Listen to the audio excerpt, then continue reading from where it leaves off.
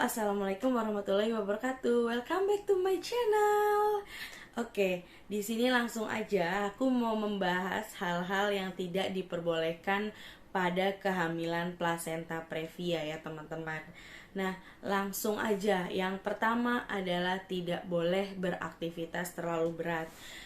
Jangan sampai kelelahan ya teman-teman. Yang kedua, tidak boleh menggunakan obat-obatan sembarangan, dalam arti apabila teman-teman ngerasa pusing atau nggak enak badan, teman-teman membeli obat-obatan yang seperti biasanya diminum. Jadi jangan ya teman-teman.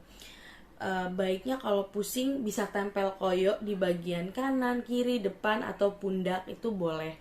Pijat-pijat biasa pun boleh, bagian pundak ataupun tangan ataupun bagian kaki betis itu boleh, tapi pelan-pelan aja ya teman-teman. Terus yang ketiga, jangan meremehkan atau mengabaikan gejala yang muncul ya teman-teman. Contohnya seperti kram pada perut, perdarahan terus-menerus, itu harus segera teman-teman cek ke klinik, puskesmas, atau rumah sakit terdekat dari tempat teman-teman berada ya teman-teman. Poin yang keempat, tidak boleh melakukan perjalanan jauh ataupun dekat sekalipun, itu jangan ya teman-teman. Karena apa? Karena akan beresiko perdarahan yang disebabkan dari adanya guncangan saat kita naik kendaraan, maupun kendaraan roda 2 ataupun roda 4 ya teman-teman. Fatal akibatnya yaitu akan terjadinya perdarahan dan kelelahan ya teman-teman. Poin yang kelima, tidak boleh berolahraga.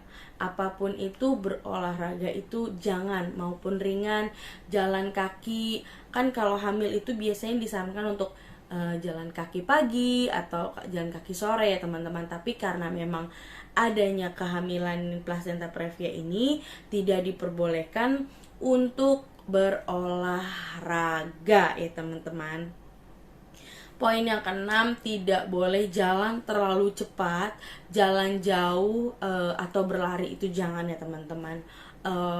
Itu akan beresiko sekali. Dan yang ketujuh, tidak boleh berhubungan intim dulu dengan suami. Karena apa? Karena saat kita orgasme, maka kemungkinan akan beresiko menimbulkan kontraksi rahim ya teman-teman, yang menyebabkan perdarahan seperti itu teman-teman. Tapi untuk teman-teman yang memang sudah dikondisikan plasenta previanya normal, itu boleh dan harus konsultasikan ke dokter masing-masing atau bidan masing-masing ya teman-teman. Yang ke-8 itu tidak boleh stres. Jadi apapun itu, teman-teman harus bisa mengendalikan emosi dan stresnya ya teman-teman. Pasti kita orang hidup pasti ada masalah aja pastinya.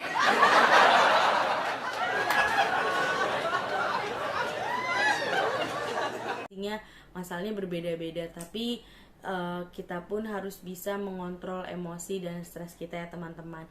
Yang poin terakhir adalah tidak boleh diurut ya teman-teman. Apapun itu, diurut pada kehamilan sehat pun tidak diperbolehkan ya teman-teman, karena akan beresiko sekali seperti itu teman-teman. Jadi baiknya untuk teman-teman lebih baik konsultasikan dulu ke dokter ataupun bidan teman-teman ya, untuk mengenai urut. Karena urut pada kehamilan, apalagi di bagian perut, itu tidak disarankan dan tidak direkomendasikan sama sekali ya teman-teman. Jadi untuk teman-teman yang mengalami kehamilan plasenta previa atau kehamilan lemah dan kehamilan bermasalah lainnya, baiknya jangan sampai diurut ya teman-teman. Baiknya teman-teman bisa konsultasikan dulu baiknya seperti apa. Dan kalau memang mau urut capek, itu urut pijit pegel biasa tuh boleh di bagian pundak kanan atau bagian pundak kiri, tangan sebelah sini, asalkan pelan-pelan ya teman-teman. Karena kan pada saat kehamilan tubuh itu sangat rentan, karena daya imun kita itu dibagi dua sama dedenya teman-teman. Nah, untuk teman-teman semuanya yang sedang mengalami plasenta previa, seperti aku kemarin pada kehamilan pertama juga mengalami. Sebelumnya teman-teman cek juga di sharing mengenai kehamilan aku yang pertama di video aku sebelumnya, di situ aku menjelaskannya. Nah, di situ aku ngejelasin aku terkena placenta previa. Jadi aku di sini bener-bener mau kasih tahu tips-tipsnya sih ke temen-temen gitu kan, apa aja yang tidak diperbolehkan. Nah, lanjut lagi, hal apa sih yang menyebabkan placenta previa? Nah, sampai dengan saat ini belum diketahui secara pasti penyebab kepastiannya itu seperti apa ya teman-teman. Jadi untuk teman-teman yang sekiranya terkena placenta previa, teman-teman bisa mengatasinya dengan cara yang pertama, bed rest total. Apabila placenta previa itu total ya teman-teman, karena yang seperti aku alamin kemarin itu, aku nggak bisa kemana-mana di kehamilan aku selama kurang lebih 3 bulan, hampir aku nggak bisa kemana-mana. Jadi tuh tetap stay di kamar, karena aku pun ke kamar mandi itu kayak yang jalannya pelan karena setiap jalan terlalu agak cepat dia akan langsung keluar darah teman-teman.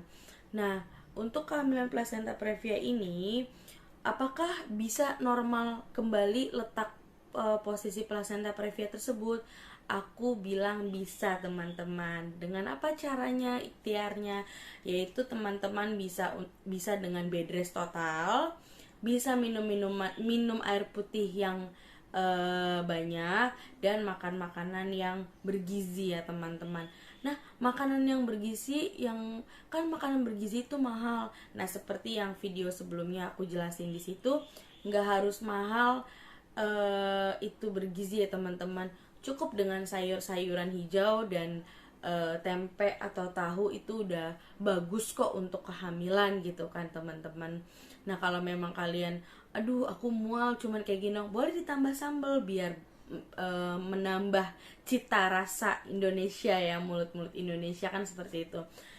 Nah, untuk placenta previa ini bisa ke tempat normal biasanya diiringi dengan pertumbuhan kehamilan yang semakin membesar, maka dia akan sedikit bergeser.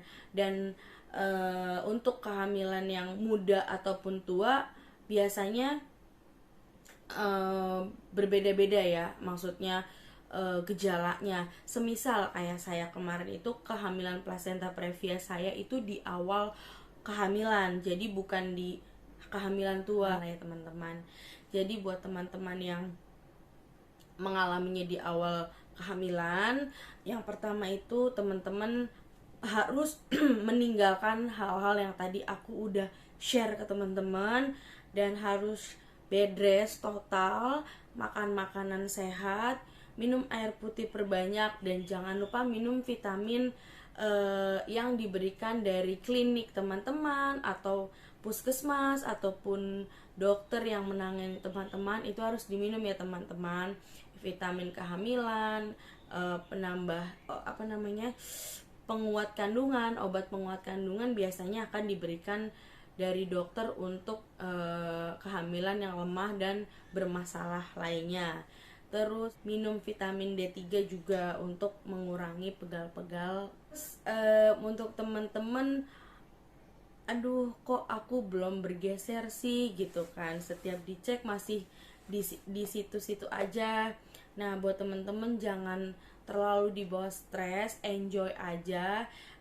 Teman-teman juga bisa bantu ke dedenya dengan cara mengusapnya, dengan cara Dek bantu Mama Hyu, bantuin Mama Hyu, kita berjuang bareng-bareng Dek. Suruh dong saudara kamu ini bergeser ke atas. Itu kan sebuah kata-kata yang energi positif lah ya. Jadi percaya aja kalau Allah itu akan membantu kita. Dan jangan salah ya teman-teman, bunda-bunda, kalau bayi dalam kandungan itu udah pinter loh teman-teman. Jadi bayi ini bisa merasakan apa yang dirasakan bunda-bundanya.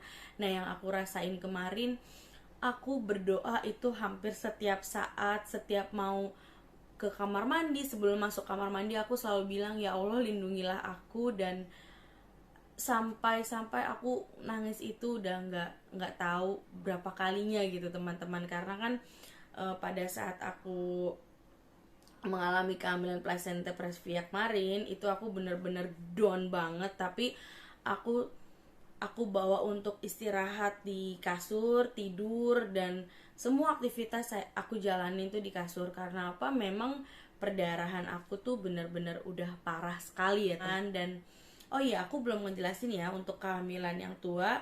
Kehamilan tua itu dalam arti usianya sudah di atas 6 bulan ya teman-teman. Dia mengalami placenta previa. Nah, itu harus konsultasikan dulu ke dokter masing-masing atau bidan masing-masing ya teman-teman. Karena pada hakikatnya gitu ya, maksudnya kehamilan placenta previa itu tidak boleh lahir normal teman-teman, karena akan menyebabkan perdarahan yang sangat hebat. Dan untuk teman-teman yang mengalami placenta previa di kehamilan sudah menginjak besar atau kehamilan tua, biasanya direkomendasikan dari dokter-dokter atau bidannya untuk sesar. Nah, jadi untuk teman-teman yang mengalami kehamilan placenta previa atau kehamilan normal, baiknya teman-teman rutin untuk cek ke dokter atau bidan ya teman-teman, atau puskesmas terdekat dari tempat teman-teman berada. Kenapa aku bilang begini? Karena kehamilan itu adalah daya tahan tubuh kita itu buat 2 orang gitu teman-teman. Jadi kita harus menjaganya, harus selalu cek. Nah, untuk teman-teman yang aku nggak bisa harus rutin karena terkendala dengan waktu, dengan jarak, dengan kondisi keuangannya, teman-teman bisa cek ke puskesmas teman-teman, ke poli kandungan. Nah, biasanya dia akan memberikan rekomendasi untuk check up ke dokter ya teman-teman, untuk ke rumah sakit dan proses lanjutannya seperti apa. Jadi untuk teman-teman harus banget untuk cek rutin ya teman-teman, dan jangan lupa minum vitaminnya itu diminum dari manapun.